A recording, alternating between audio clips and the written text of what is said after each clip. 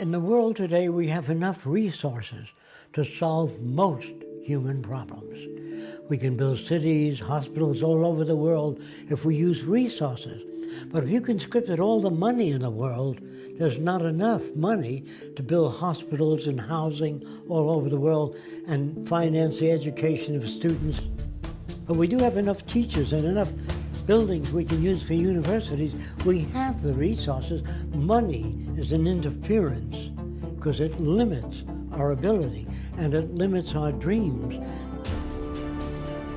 Imagine the possibilities of an unprecedented mobilization of scientific and technical alliances toward problem solving without the interference of money or politics to initiate global unification and restoration.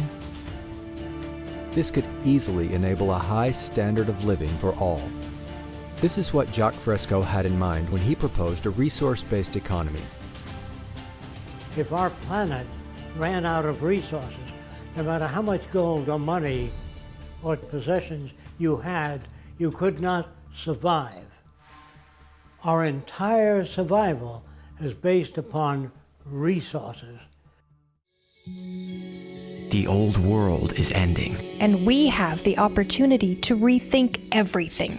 This is a show about the systemic problems in our world. And the real solutions we have today. To transition from an apocalyptic storm of war, scarcity, and ecological collapse. To create an abundantly advanced, collaborative society. That sustains all life. You may think it's an impossible dream. But the alternative is an inevitable nightmare. We're your hosts, Matt Holton, Amanda Smith, and Zachary Marlowe.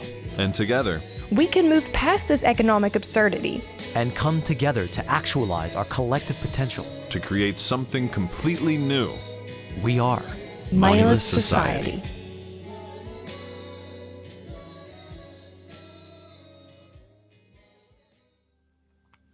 So it's clear that the old system is failing.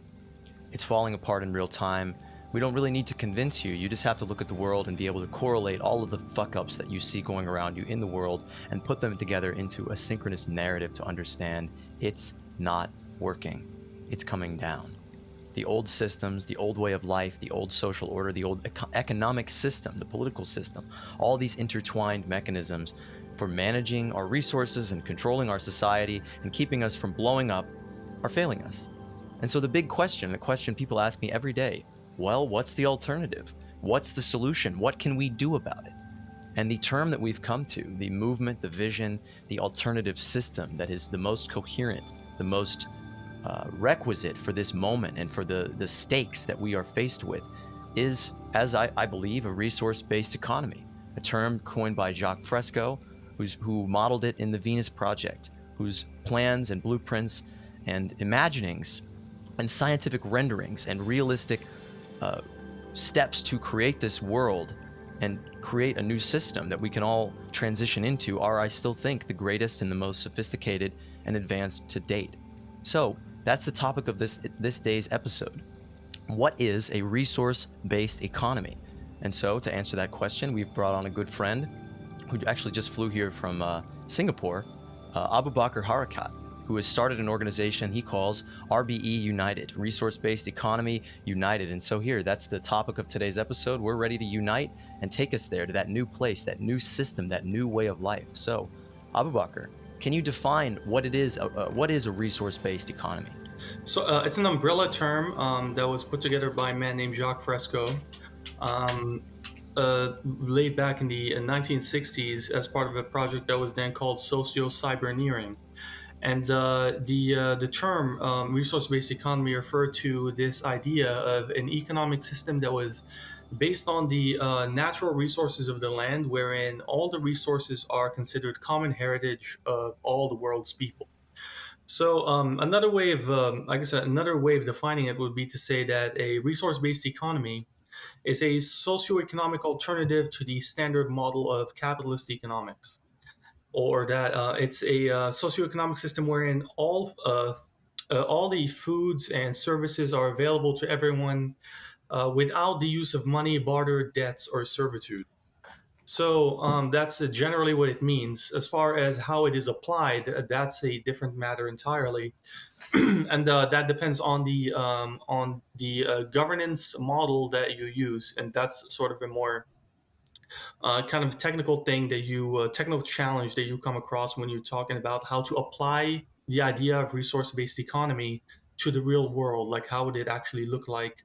What sort of systems would be used to back it? Would it be something like cryptocurrency, or would it be something else? So, but all of that aside, a resource-based economy in general is an economy that is based on the resources of the land, of the world, and it is a model wherein all the resources are considered common heritage. So there is no capital that is being, say, invested or accumulated anywhere.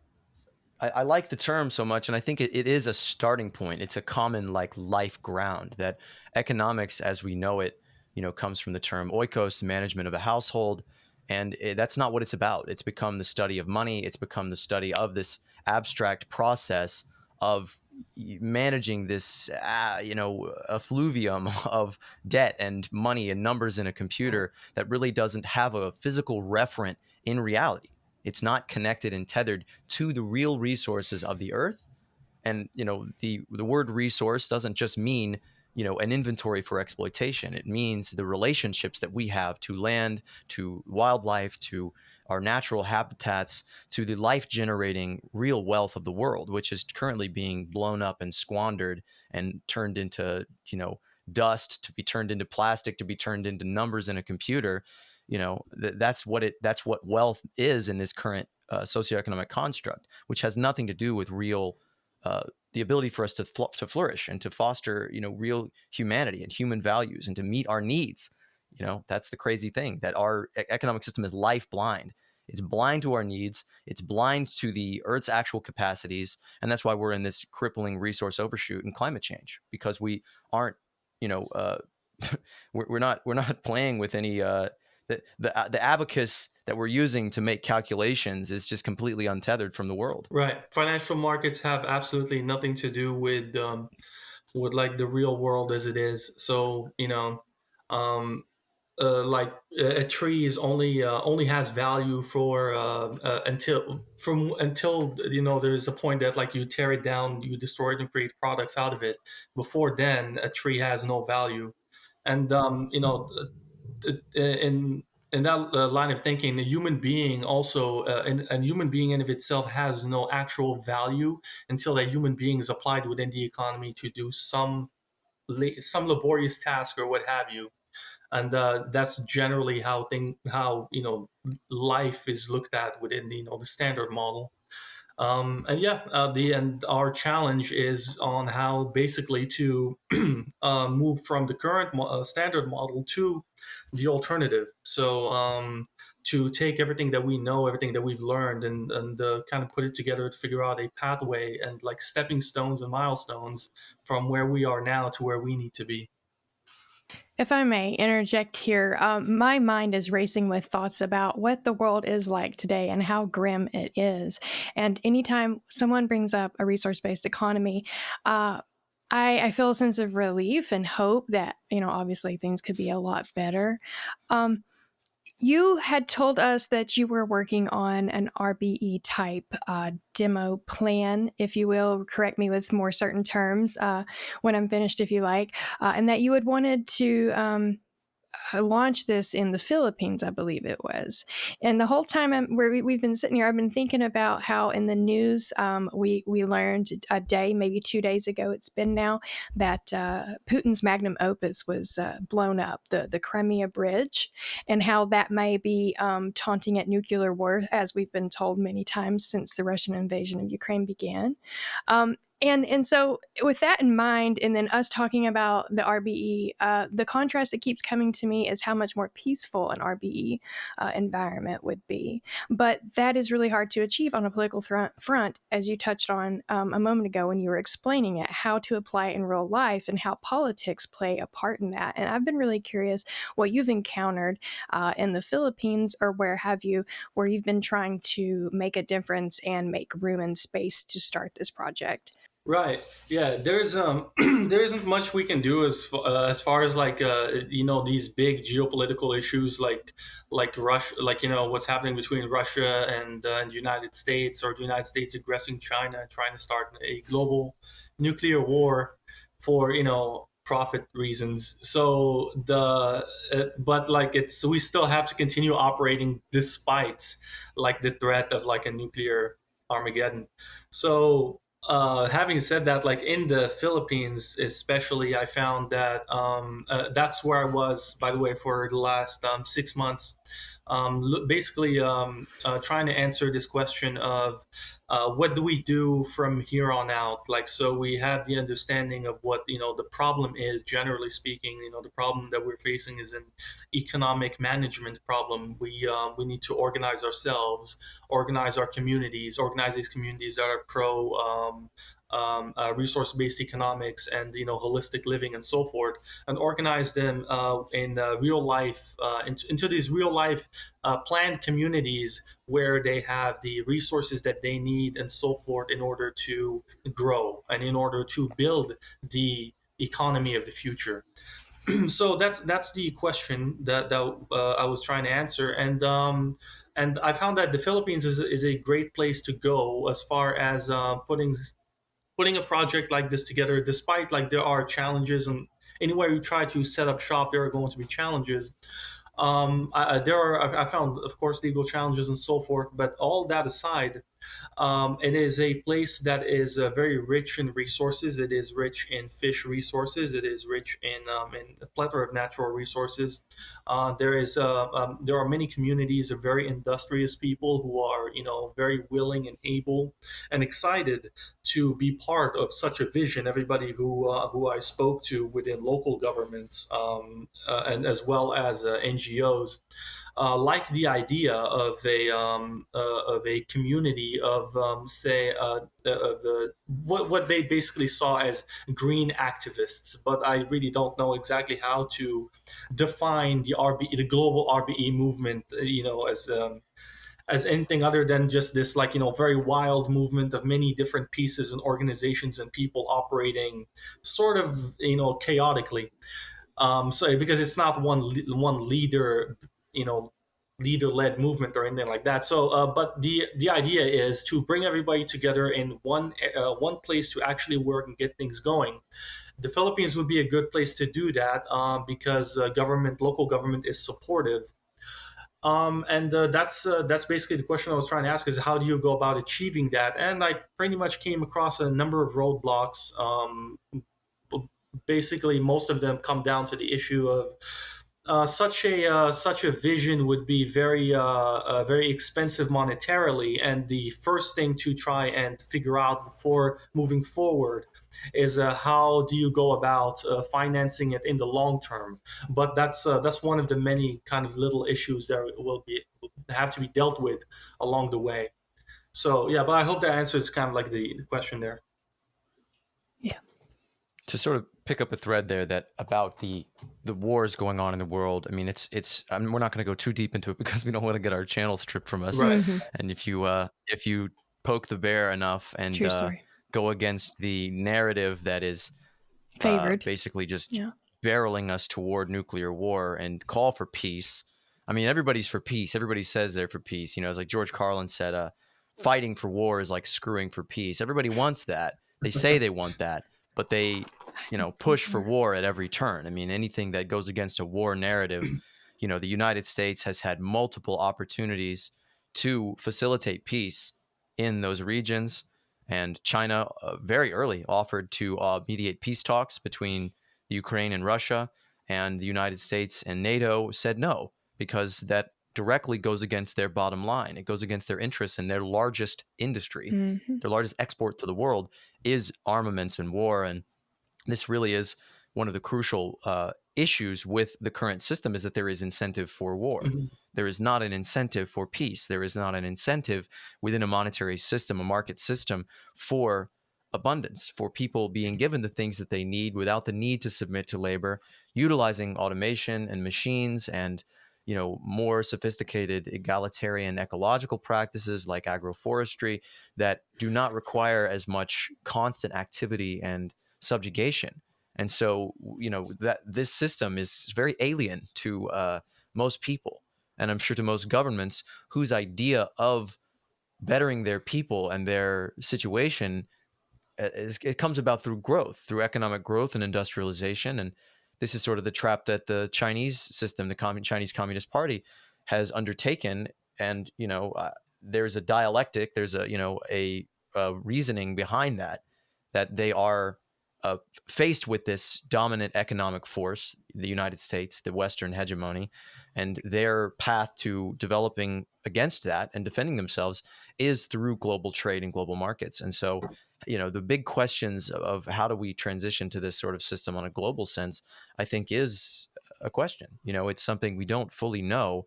And I think it must be informed by a green activist movement that has its foundation in finding this opportunity wherever in the world we can go, and in as many places as we can, to form our own model communities that showcase just what we're talking about.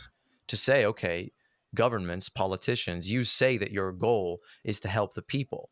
Well, what helps the people? Food, water, shelter, providing them the things that they need to live. As Jacques Fresco said many times, people don't want money. We don't want economic growth. We want the happiness of our people.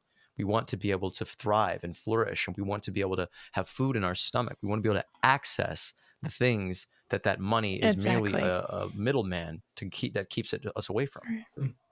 Yeah, and by the way, I don't. I don't think that the transition to this alternative system is going to happen basically as one massive step or one sort of planned movement forward. Like it's the idea that I've thought about this quite a bit is the idea that of having this transition that is immediate, where everybody just suddenly kind of moves forward towards this alternative vision would be so chaotic that like when and not to kind of step into the realm of conspiracy theory or whatever, because there's a lot of very wild ideas that are unfounded. But when you look now to for example, the Davos talks, I'm pretty sure you guys might be familiar with the World Economic Forum, the stuff that they're saying as far as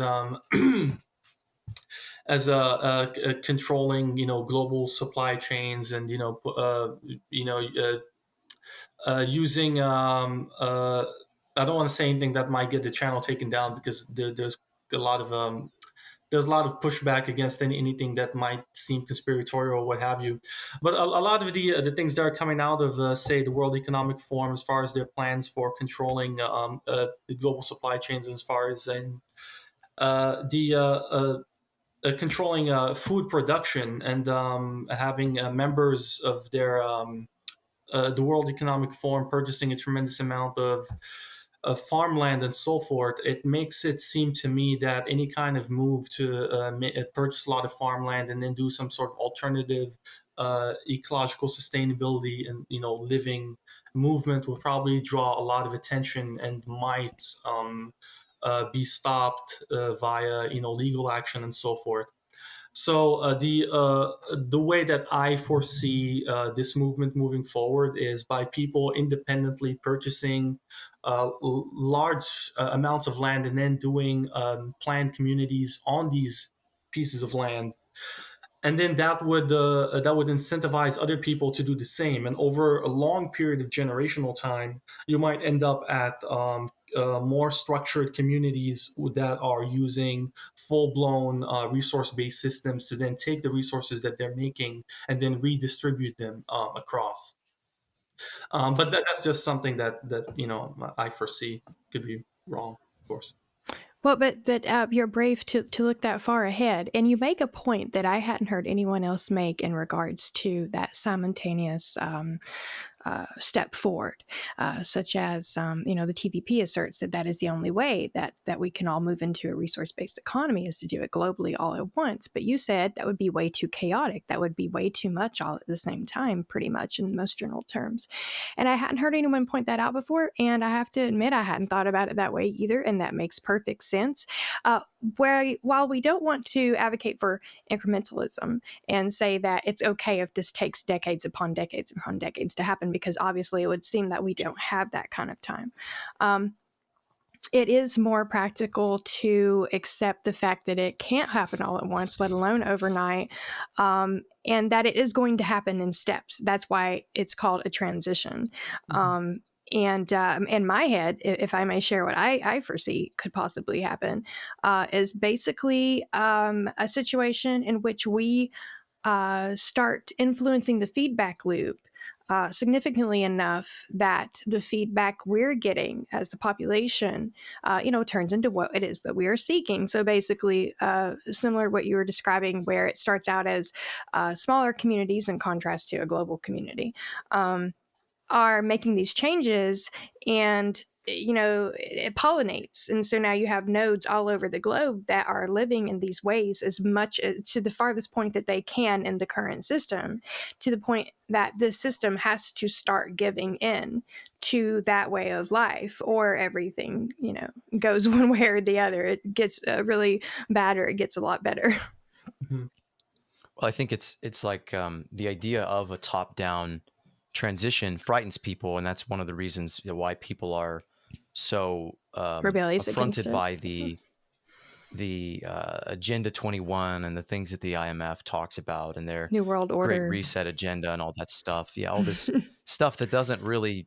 It's just like basically half-assed ways to keep capitalism going, and that those organizations don't really have the power that we think they do, because really the chaos of the market is so dispersed and power is so it's consolidated in a very few number of hands, but it's still very chaotically spread around the world into the people who have the money's hands, and not the people, not any group or council or elite.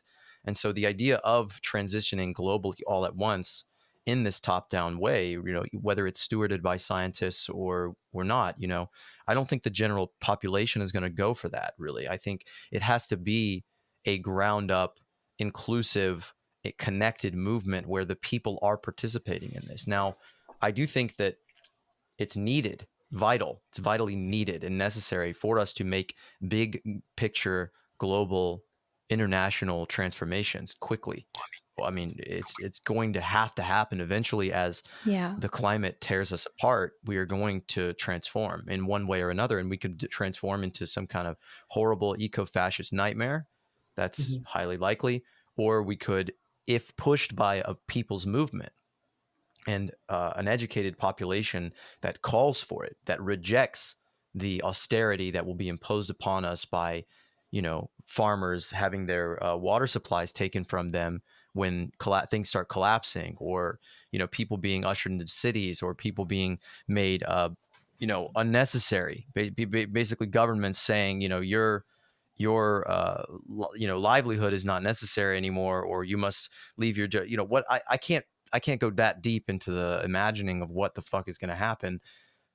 I just don't want to. It's That's a dark. separate show, It's right? very And dark. very dark. People plugged into a metaverse that distracts them from what they're doing, as they're, plugged into an ever more abstracted, ephemeral economy of pure likes themselves, with a currency that's so decoupled and so consolidated in so few hands that it is an almost anti-resource based economy, where the money in our world becomes less and less, substantial and more elusive and weird. And, the authoritarian ability for governments and states and state powers and city states and fiefdoms run by corporations can grab up and gobble the resources as they please. Yeah.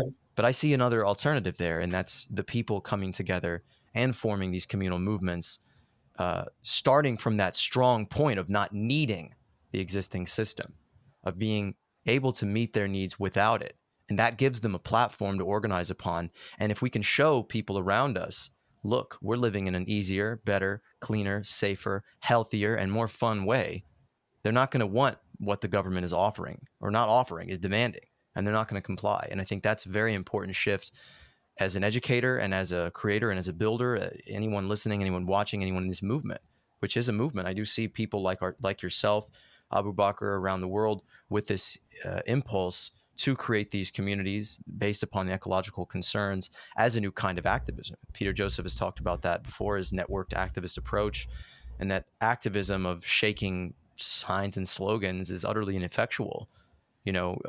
Getting carried off by some, police officers screaming about how we need to just stop oil, as I've seen a clip going around, is not activism. It's just noise, and it feeds the contrast of the establishment narrative. Right. Activism is building an alternative. Activism is building change, and I think that's what you're working on as well. Right, and I think the as far as the whole, Peter Joseph also mentioned something in one of his films, which is no conspiracy required. And I think that's kind of what you're alluding to there, is that like there doesn't need to be an active conspiracy between very powerful people for the things that we're seeing to transpire. For example, for there to be starvation all over the world while we waste half of the aggregate calories that we are making planet wide. So there is that, and yeah, there are forces out there that are indeed conspiring, and it's the idea that a small group of people are going to be able to successfully take over the world is a little ludicrous, regardless of how much money you. They're called corporations, right? Yeah, and politicians. Well, they're in the same bed, so one is the same as the other, I suppose. Right. So like it's not possible, regardless of how much money or political influence you have, because there is just too many. There are too many things happening, too many people, too many cultures, too many differences between people to be controlled, like cattle. And yeah, like all of these things that are happening are also pushing people to look for alternatives. And everywhere you go, people are looking for that alternative, whether they know it or not. They are seeking that, RBE alternative, or whatever in their head is something that's going to change the world order. That's going to change things for them at the personal level. And everyone is working towards it, but they are not working in an organized fashion. So with the things, for example, like Garden, which is one of a number of such developments. I know our Aravana project has something similar in South America. And there are obviously a number that I might not know about that you guys might be familiar with, of other developing eco villages all over the world, and other smaller planned communities that are trying to find ways to kind of make life better for their denizens. What we're trying to do, of course, is different in that this is specific to resource-based economy. So we're not just trying to find a nice place to live necessarily, but also a place to work on how to develop other eco-villages and how to assist other communities and people, such as indigenous people, for example, from our area of operation, which would be the Philippines and Palawan, and assisting them in building their own ecological villages. So, and sorry for my voice there, was sick a few days ago. But in assisting these communities in building their own villages, and then having all of these villages operating together through some sort of cryptocurrency token in order to share resources and share information and knowledge amongst themselves.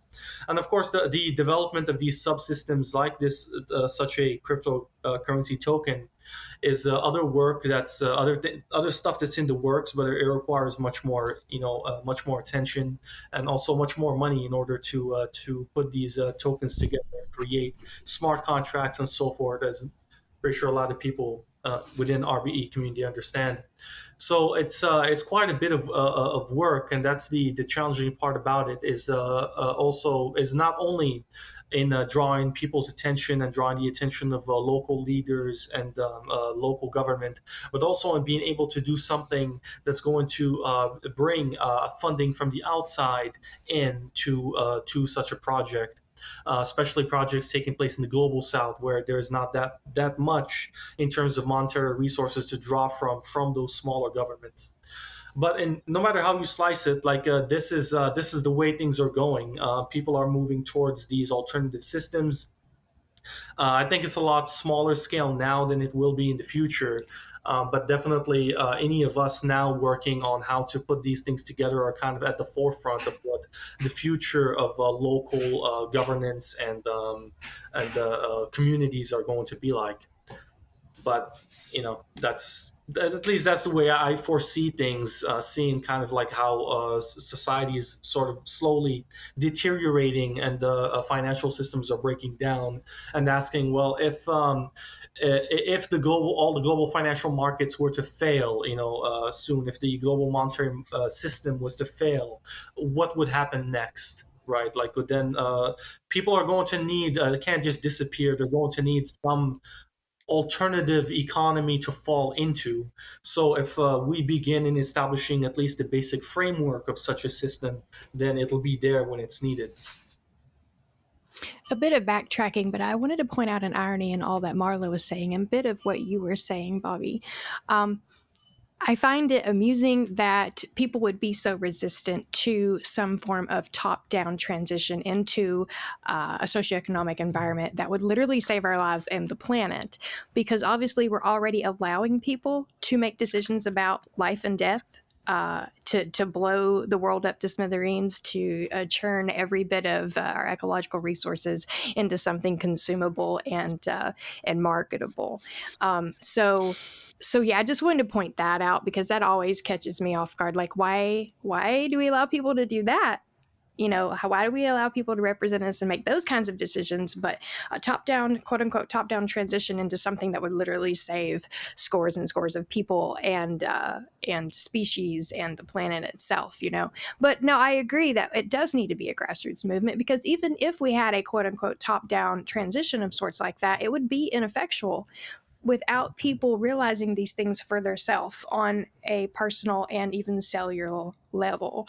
We've got to shift the paradigm. And if we don't do that, then we're just doing more of the same that we're doing now, which is taking orders and going in whatever direction our influencers tell us to go. I was just going to say that people accept it, or people would be against it, because they're indoctrinated to think that they're not under a one world government of capital in a totalitarian vice grip that is strangling the life out of us every single day, taking more and more and more of our freedom and autonomy in every single aspect of our lives.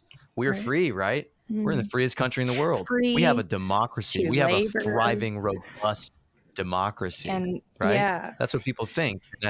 That is one of our most important roles, is to smash that. And by the way, and to smash people's belief in that. When it comes to specifically to governance, and so people, when we talk about like an alternative economy and so forth, the question always comes up, well, who makes the decisions? And that's a completely valid question.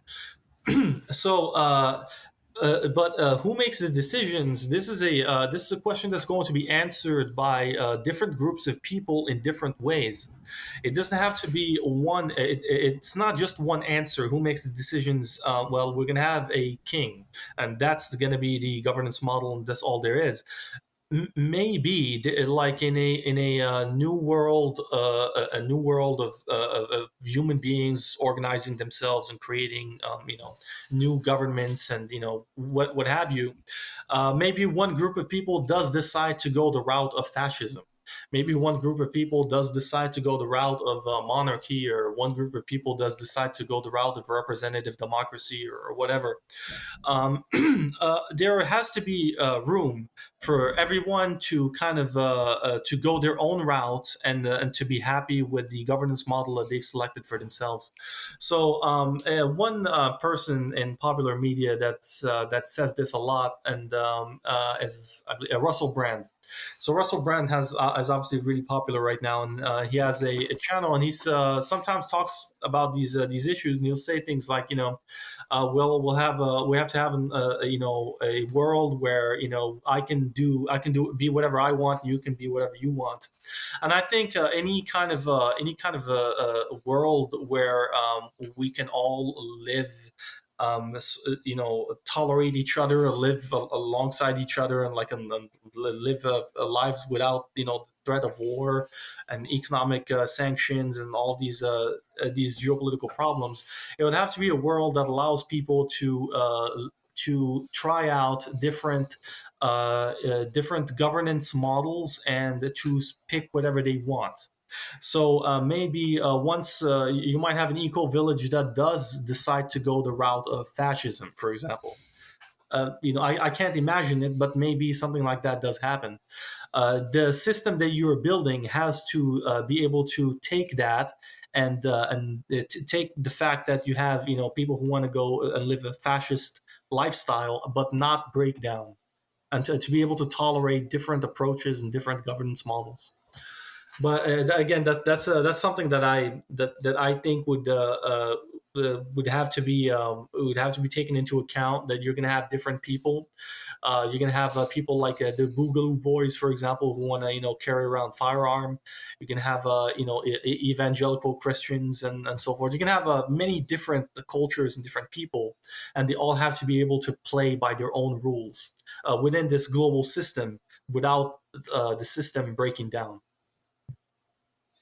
I think part of the problem and the reason that our global system is breaking down is it's decentralized in all the wrong ways and not in the right ways. It's culturally dispersed, and we live in this individualized paradigm that says that your individual personal expression trumps everything else. And I think that that's an attitude that needs to be evolved beyond. We need to understand that a capitalist, so to say like, oh, somebody, we need to have, if somebody wants to be a capitalist, we need to give them the freedom to do that. But being a capitalist means you have the personal freedom yourself to exploit other people's and take their freedom away in a zero-sum game. I think, you talk about the Boogaloo Boys, they're pretty fascist in their desires, in their drives. The Christian right is very fascist in their desires. And many of these whole identities merely exist to be a smokescreen and sort of like a distraction or a mythology to perpetuate, blind acceptance of capital, accumulation and domination, and these massive systematic forces that people don't even see, can't touch, much like a god that rule our lives on sheer belief. And I think it's a very difficult question of how do we approach overcoming that. The ideal answer is, of course, education. We educate people so that they're more able to function on a daily basis and evolve out of those values. And I think that the biggest piece of that, the biggest component we come back to, is people must see an alternative and experience it. It can't be hypothetical, in the same way that our monetary system is based upon nonsense, an assumption, a promise, this thing that we believe in, that I can take my money out of my wallet and that it has value, that's a belief. It's a very superstitious notion. And I just think it's so silly that anybody could look at what we're talking about and say it's naive. And it's like, brother, you believe in money. You believe money is real. That is the most superstitious bullshit imaginable. Right? Yeah, you think trickle down economics works, and that we live in a democracy, and that it's just it's all fantasy, and we need to rapidly evolve out of that. And I think the way to do that is to learn by doing. Most people learn by doing, by example. I think about like that sort of a perspective of like a World War II level transformation, that a lot of people accepted forms of sacrifices through a war, in an authoritarian way. And I'm not, of course, calling for an authoritarian transition, but people did accept it, and they were proud of it. And I think about the book Ecotopia a lot, where they intentionally crashed their economy and installed what they call a survival economy. And they talk about how the people in that society were they had to tighten their bootstraps or their shoestrings or whatever. They had to make do with less. They had to struggle and make sacrifices. But ultimately, if people are participating in the building of a new world, they're going to accept those sacrifices, and it's going to be with a thrill, with a sense of adventure, and with, it's like the reason people go to see horror movies, because they need a little bit of that adrenaline in their lives to feel that they're still alive. We are lacking that. We are lacking that sense of connection and adventure and, the struggle, the real struggle in our lives. we have to spook ourselves with fake skeletons once a year just to remind ourselves that our heart is still beating. Yeah, and that is an exciting thing, right? Like is an exciting thing. Like the prospect of actually building an alternative, the prospect of building a new system. That is very exciting. Like when you think about it, and that's kind of the opportunity that we would be giving people if we put our minds together into developing these these platforms for building the alternative. Is that you're giving people the opportunity to not just maybe change their personal lives for the better. Say if you're operating somewhere in the global south where you might be able to give people a better standard of living by working with you, but you're also helping build something for generations to come, something that's going to inspire people to build similar products, similar product is the wrong word, but say similar townships, or build upon it, add solar systems in the future and so forth. And you're giving people like a multi-generational projects to operate within. So I agree. Yeah, what we build today, in all hopes, will benefit someone tomorrow, so to speak. So you were mentioning Russell Brand, and we are talking about leadership and politics. Marlo's talking about connection, and you're talking about excitement. And there's the mention of adrenaline, and I'm thinking, how exciting would it be to get somebody like Russell Brand roped into one of these conversations?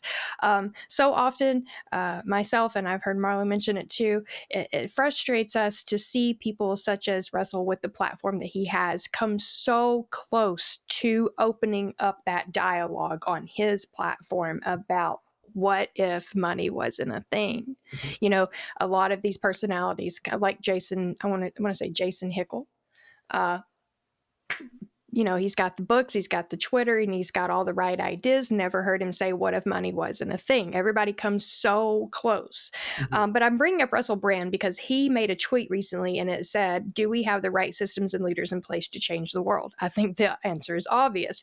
Mine/Moso's reply to that was, do we need leaders in the conventional sense, or do we need to do away with the hierarchical structures, inherently removing class stratification and laying the foundation for true equality and democracy?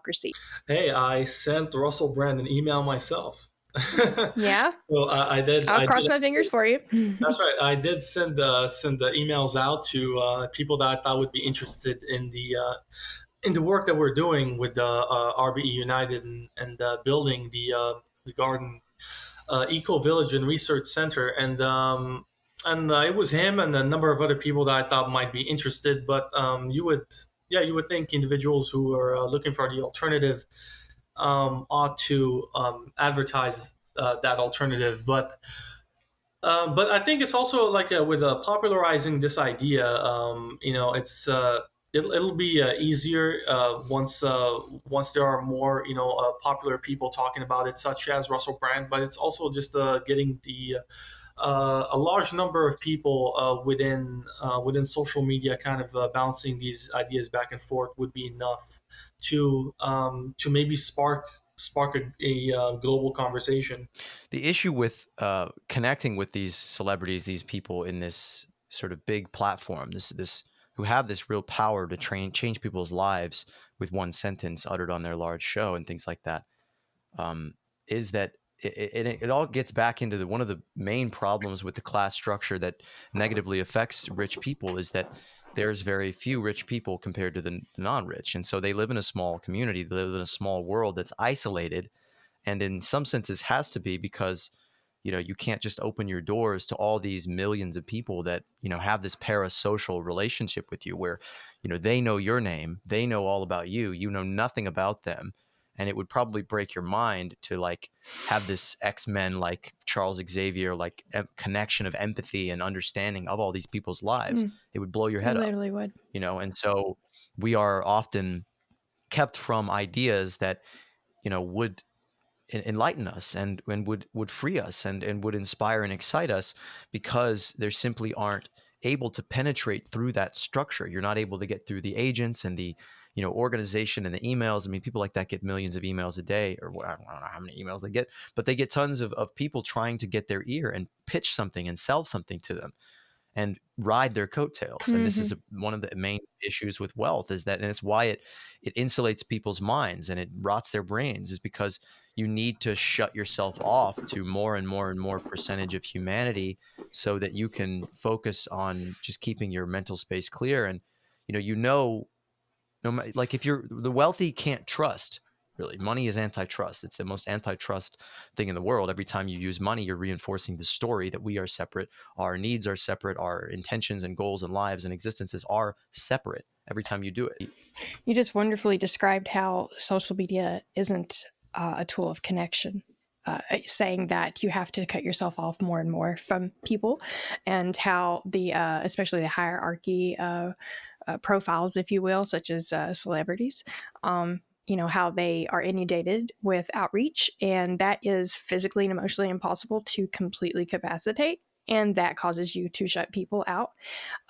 Social media is the opposite of connection in that sense, actually, and it's just part of the psyop that we're being fed to make us believe and feel like we're actually connected just because we can talk to Bobby here from somewhere else in the world. That's great when we take it to that level, but on the surface, everyone's just given a little stage and told that they're making a difference and they're actually making connections. And ultimately, it's a marketplace where we're competing. We're competing for likes. We're competing for comments and attention and engagement. A form of currency. And all of that is ultimately, it's a currency. It's. I was thinking about this the other day that, and I mentioned, kind of danced around this dystopian future where that is the currency that we are fighting over each other for, and it doesn't exist at all. It has no reference to anything. It's not a measure of anything. It's just literally like a glutinous attention. It's just like attention and credibility that people will say, oh, he has a lot of likes, he must be doing something right. And that's very toxic to us on a social level. And I'm sure that people in the 1% or the celebrity class or whatever they are, would like to be able to trust more, would like to be able to live in a world where they don't have to go around with bodyguards and managers and all these people keeping them from that. And that's an unfortunate side effect of our society that worships the individual so heavily that great artists and great thinkers and speakers and ideas aren't able to move through society efficiently because of the regressive algorithmic sort of flow of information and the inability for brilliant people to be able to, we don't have a mechanism that's looking for good ideas. I just recorded a really beautiful interview with this total genius old friend of mine who's like an expert in AI, and he just knocked it out of the park, just explaining like the current state of AI and it's the problems with it, and how it's all this. It exists today. Very intelligent machines are watching us, tracking us, our every move, our every facial expression, our every impression, and using that for the power consolidation of these multinational fiefdoms, these corporations. And he just blew my mind with all this stuff about like nanotechnology merging with AI to create, augmented humanity and like superpowers and all this really like attainable stuff. And then at the end of the interview, he was just like, we like stopped recording. And he was like, yeah, it really sucks that like I work at a fucking grocery store and can't find a job doing anything in this field. And it's like, you're a genius. Yeah. You're working at a fucking grocery store. Yeah. This is the ultimate subterfuge of our resources, our human resources, that we have geniuses bagging groceries. Yeah. And it just makes me want to fucking scream. It makes me want to shake people. It makes me want to cry every time I go to a restaurant or a store and I see a human being who is capable of conceiving entire worlds, who is in the right circumstance able to connect with that inner genius, that inner inventor, that inner Jacques Fresco that could sit down and envision a whole new world and how to get there and all the machines to do it. And yet that person is just buried in debt and scar tissue in the brain and stress and a lack of education and awareness and life experience. And that's because of our economic system. Chained that's because to of this a wage slave system. And impressive people are all over the world. I mean, everywhere you go, I always come across people who are just like fascinating, really smart at in one field or another. Sometimes it's in a technical field, for example, fishing or farming and so forth. You have all of these like really amazing people. Yeah, and all of them basically, us, I shouldn't say them, I said we, everyone, all of us are fighting in this kind of a rat race system, where we're always just chasing to make the next dollar so that we can survive, whatever it is you happen to be doing. It's always wrapped around this very kind of self-centered and short-sighted game of just making enough money to make the next batch of money. People are working in order to survive, in order to wake up and then go to work again. And it's, yeah, like you say, tremendous amount of mental capital being wasted, because if a sensible economy would take all of this mental capital and take all of this labor and then place it in areas where it's going to generate the most benefit to society. And yeah, like since our system, the one we happen to be born into, isn't that, we have to create something else to transition into. The challenge now is, with creating something that we are going to transition into, that itself, I found the biggest roadblock is it requires a tremendous amount of monetary resources to actually do it. So what I find is, there are a number of groups of people that are in their own individual ways trying to sort of push the envelope, create something new, but they're all stuck in the same system. They're all stuck in either waiting for grants or just fighting to make ends meet, or their members trying to fighting to make ends meet. And the only way to overcome this is by bringing people together in one physical place, well, one fully funded center, something to that effect, that's going to allow individuals to actually apply their craft, apply their ideas and so forth into real life tangible services that we can all use and we can all be a part of. I think cryptocurrency goes a long way towards making this a reality.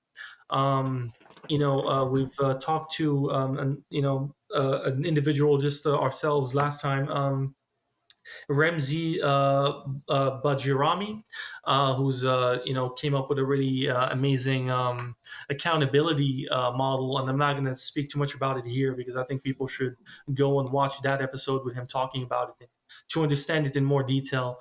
But creating these alternative technical systems that can run full societies. And if we don't kind of all come together and work on it, I think it's a great missed opportunity. But in order for us to come together and work on it will also require a tremendous amount of monetary resource, fundraising, and so forth, which I think the community can ultimately achieve. It's just going to take the right amount of I think the right leadership and the right the right kind of push, the right kind of social push and social intrinsic desire for it to happen. And I don't think that desire exists yet. I think it existed back with the Occupy movement back in 2008. I think it's coming back, but that's the sort of energy that we're going to need to kind of take a step forward on these projects. And there are a lot of them at this point.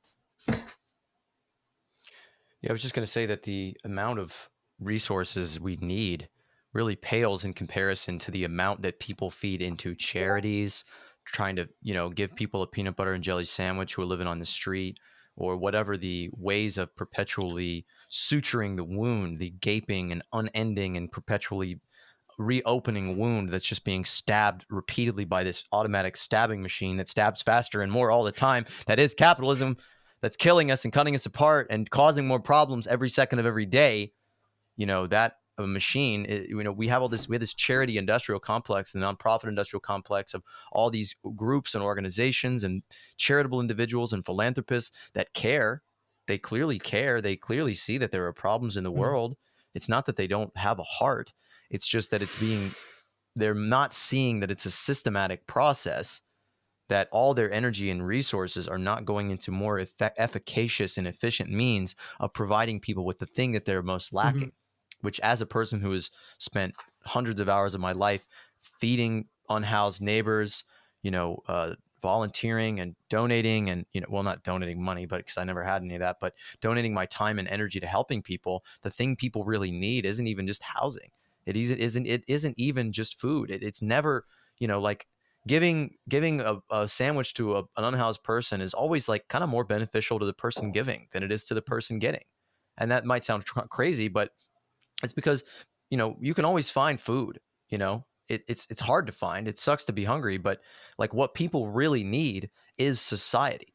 People really need community. They need wraparound services, mental health. They need to be given a sense of purpose and self-esteem Yep. and value. They need to be given room to grow and expand. They need community. They need safety. They need all kinds of things that you just can't give them piecemeal. You can't disperse it into a million different little charities to fix the issue that is not even discussed, which is the system itself. It's just what we're trying to create as one of those organizations in that nonprofit industrial complex, trying to expand out our organization to become a mechanism of allowing people to help people in an online, in a dispersed way, and giving people, a resource hub where they can meet each other and share skills and information and knowledge and care and support, and create groups for group therapy, and like Capitalists Anonymous, where we can move past our values and educate each other and help each other out in as many ways we can, share resources, but also work to expand this advocacy network and this product that we're selling, which is a worldview and a hope that there is a better way to live, to ultimately raise the funds and the people necessary and the resources, the human resources, to make these communities happen. And I think that's the drive that we really need to put more and more and more effort into, and bring more and more people like yourself together, Aboubakre, so that we can make that transition happen, that we can build institutions and structures and social systems that can make these things happen. And, even one very rich person could go so far to make that happen.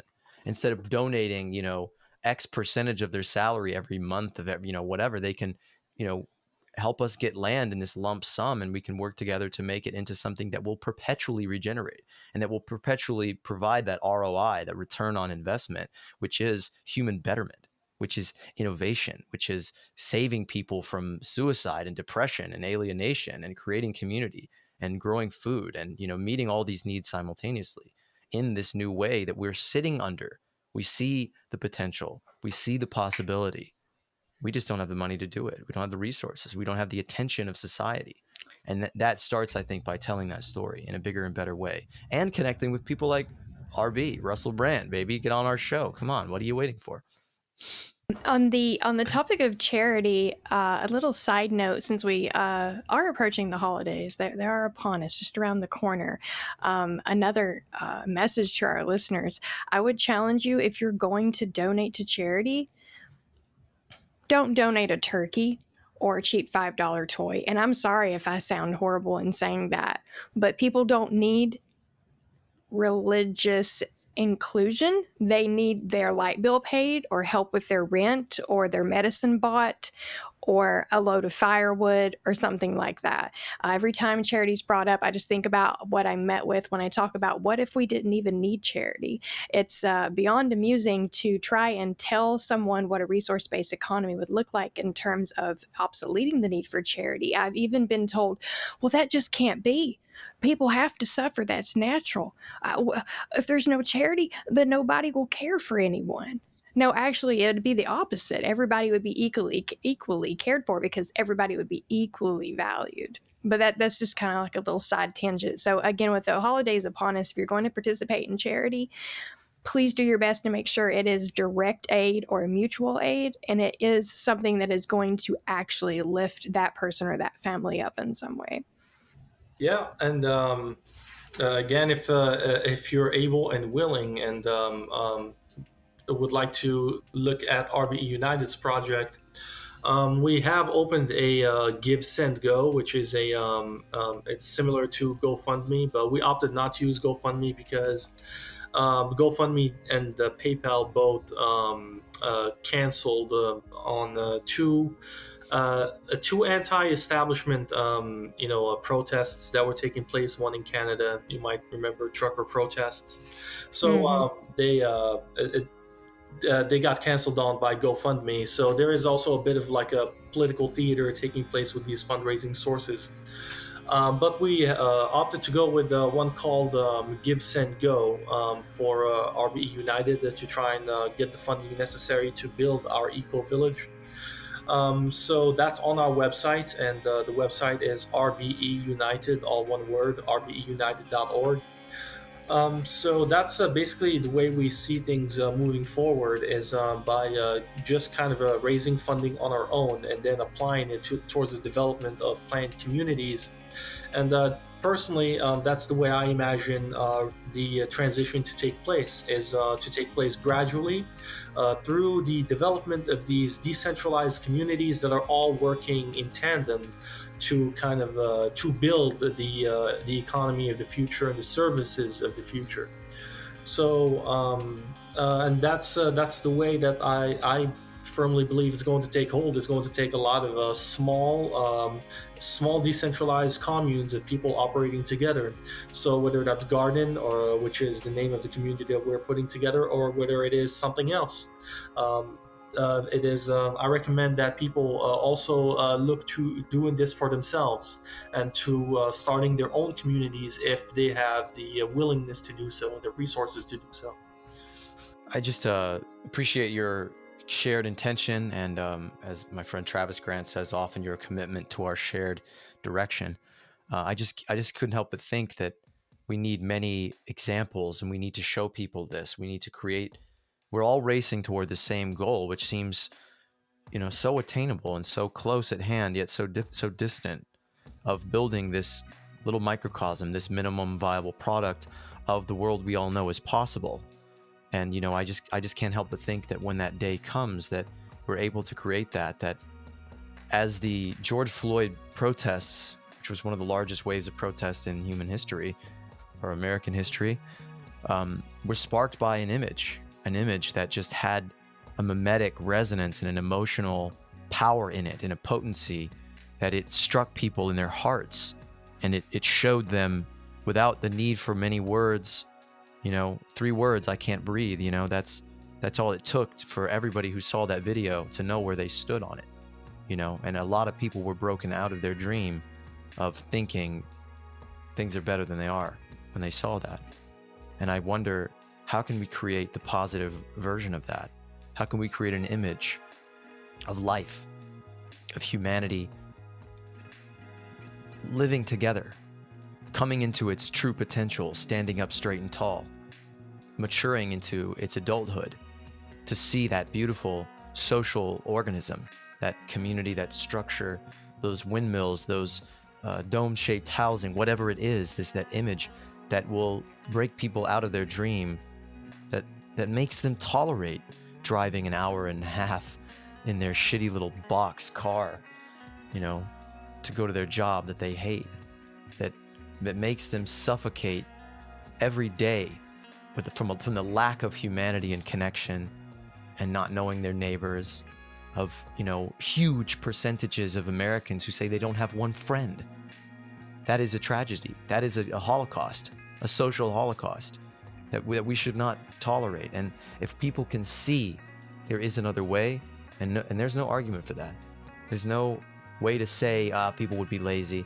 People would be one person would take advantage, like there's all these projections of the existing society. None of those things can hold up to just seeing humanity laughing and smiling and playing in a better way.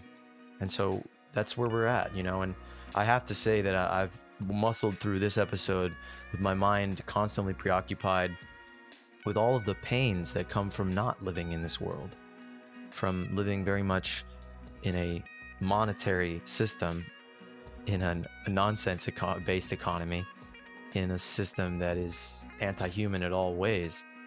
That's what I just can't. I'm very distracted and hurt inside every day that I live in this world, because I don't have this community, and I see that it's possible, and that makes it harder in some ways to function and to go through the motions of being a fucking person and watching TV and eating food and pretending like everything's fine when I know it's not. And you bring that up to people, and they think that all they hear is the negative, when partially it's the Our responsibility as communicators to convey and get them quickly past the bullshit that they don't want to look at, that they suffer through every day in ignorance. That things could be better. Things could be better. That is the most radical thought we can think. That is the slogan that needs to go through the Occupy movement of the future. Not fuck this bad thing. No, things could be much better. And that's what I want all of you watching to go out there and bring into reality. Just say, screw this system, here is what we want to do. And to always present the alternative to each complaint. Yes, we have to bring up solutions. Can't just complain, but man, does it feel good, doesn't it? Of course. Aboubakre, do you have any closing statements? Let's see. Well, in closing, I'll just say nothing good is going to happen unless we take some actionable steps and make it happen. And we can make the future better than the past, and we know how to do it. And our community has the right people, it has the right assets, the right minds, the right labor. We have everything we need to actually transition along to a resource-based economy. We just need to come together and do it, and we need to always look towards actions that are actionable and actions that are going to bring us closer to a transition than further away from it. And that comes with togetherness, and then developing systems by which we can be together, and by keeping that in mind and continuing to talk about a better future, and one that is actionable and within our grasp. What is really needed is the intelligent management of the Earth's resources. A resource-based economy is based on the carrying capacity of the Earth and its resources. If you don't work in terms of existing resources, you're working in some metaphysical plane. In a resource-based economy, all resources would become the common heritage of all the world's people, and access to the necessities of life would be for all the world's people. There would be no more monetary systems or trade, barter, or any other system of human servitude. A resource-based economy allows social advancement and worldwide reconstruction in the shortest time possible. Under scientific scales of performance, we can provide everybody with more than they need. I'm saying that the average person in this Venus project will live better than the wealthiest people today.